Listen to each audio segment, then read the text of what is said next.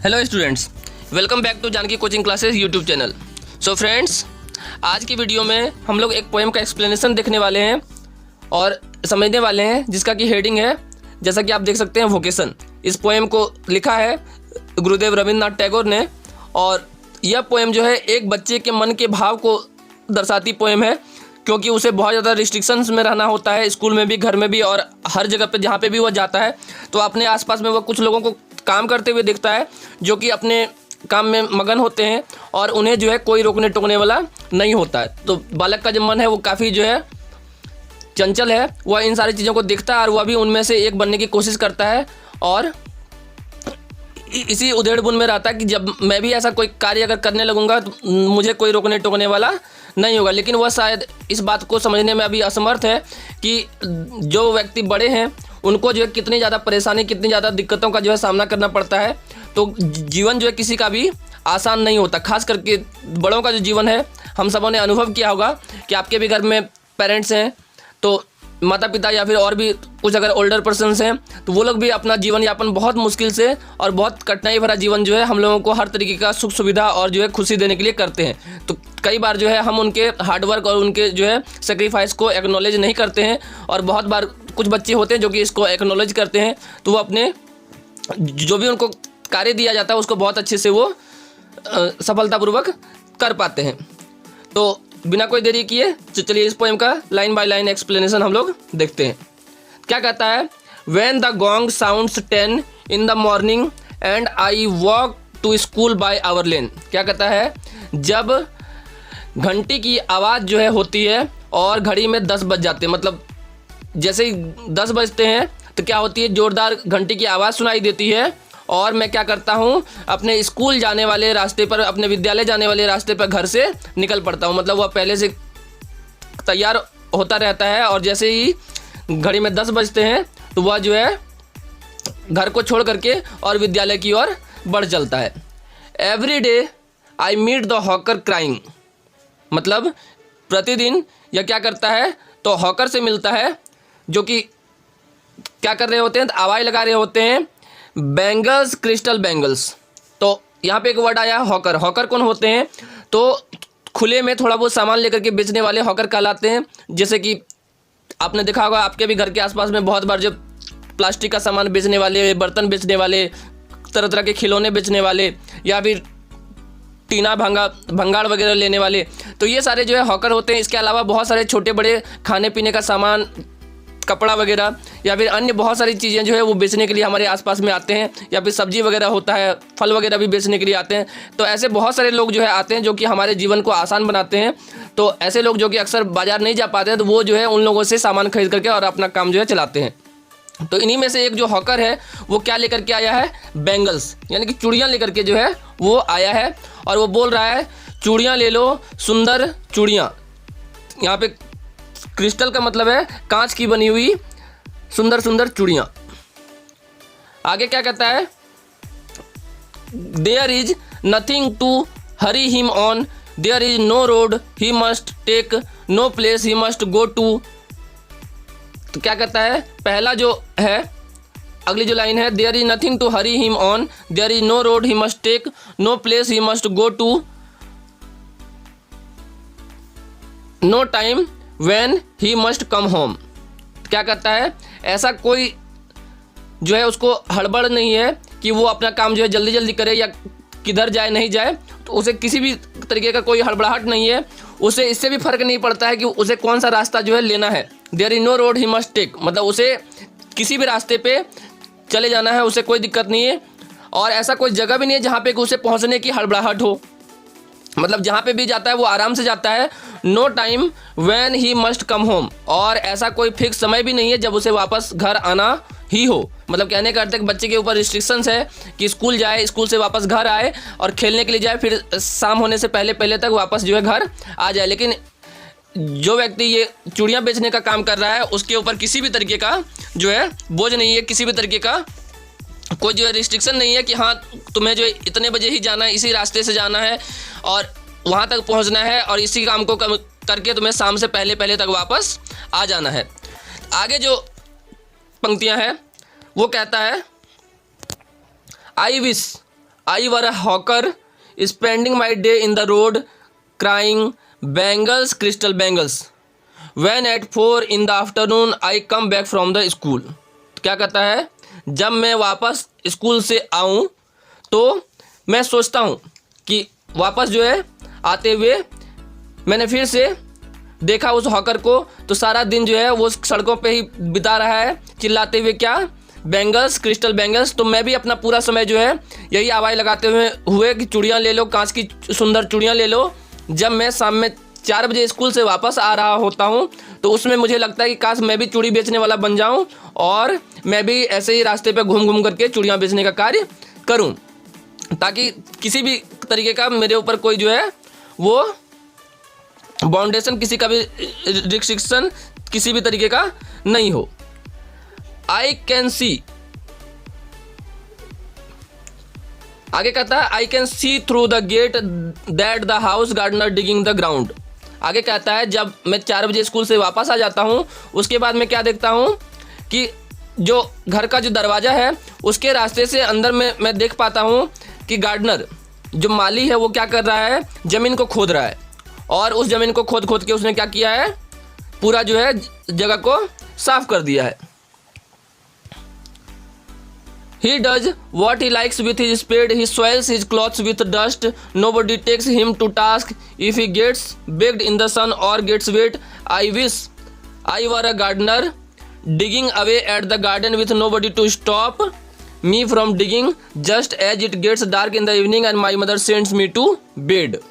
क्या कहता है, मैं जब वापस आता हूँ स्कूल से तो मैं क्या देखता हूँ, एक जो माली है वो क्या कर रहा है, दरवाजे के अंदर वो ज़मीन को खोद रहा है और वो जो भी चाहता है वो करता है अपने स्पीड से। मतलब उसके पास एक खुरपी है, उससे वो मिट्टी को जिस तरीके से खोदना चाहता है वो जो है खोदता है। और उसने क्या किया, खोदते खोदते ये सारी मिट्टी जो है अपने कपड़ों पर भी लगा ली है, मतलब उसके कपड़े भी गंदे हो गए हैं, लेकिन कोई भी उसे इस काम के लिए डांटता नहीं है और ना ही जो है उसे इस बात के लिए डांटा फटकारा जाता है कि तुम धूप में इतने ज़्यादा जो है वो क्यों हो, या फिर इतने जो है गीले क्यों हो गए। मतलब क्या होता है, छोटे बच्चे को डांट पड़ती है कि बहुत ज़्यादा धूप है, बाहर मत जाओ, बहुत ज़्यादा बारिश हो रही है, तुम जो है भीगने के लिए मत जाओ।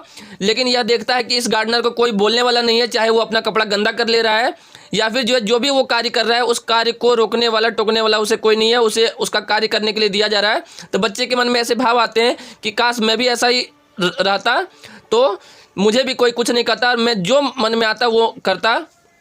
आगे कहता है I wish I were a gardener digging away at the garden with nobody to stop me from digging. क्या कहता है, ये सोचता है कि काश मैं भी ऐसा ही माली रहता तो मज़े से मैं क्या करता, जगह जगह पे गड्ढे जो है खोदता और कोई भी मुझे इस कार्य को करने से नहीं रोकता।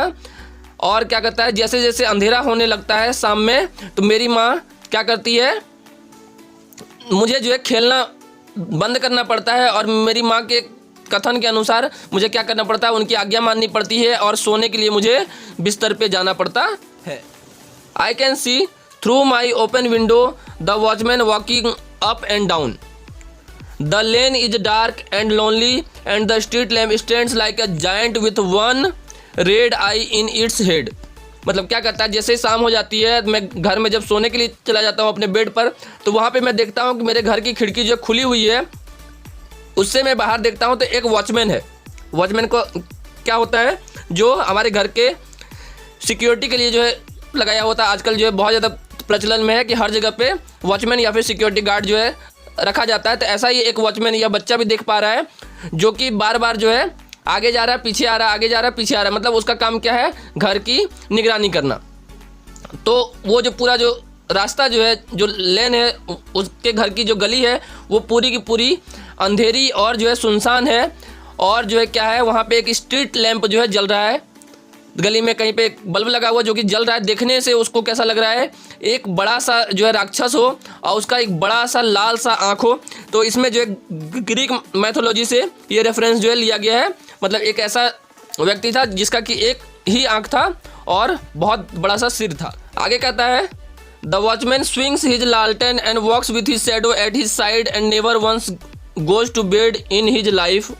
I wish I were a watchman walking the street all night chasing the shadow with my lantern.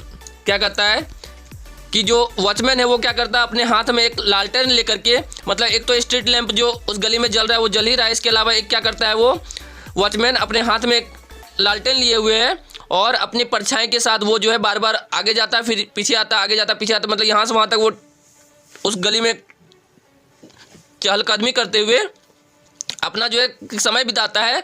और यह बच्चा जब सोने के लिए जाता है उसमें भी देखता है कि वो लालटेन लेकर के क्या कर रहा है, तो यहाँ से वहाँ तक चहलकदमी कर रहा है। सुबह में जब यह सो करके उठता है बहुत जल्दी, तो प्रातः भी देखता है कि वह जो वॉचमैन है वह अभी भी क्या कर रहा है, तो लालटेन लेकर के वो यहाँ से वहाँ तक चहलकदमी कर रहा है। बच्चे के अनुसार वो वॉचमैन जो है वो सोता नहीं है।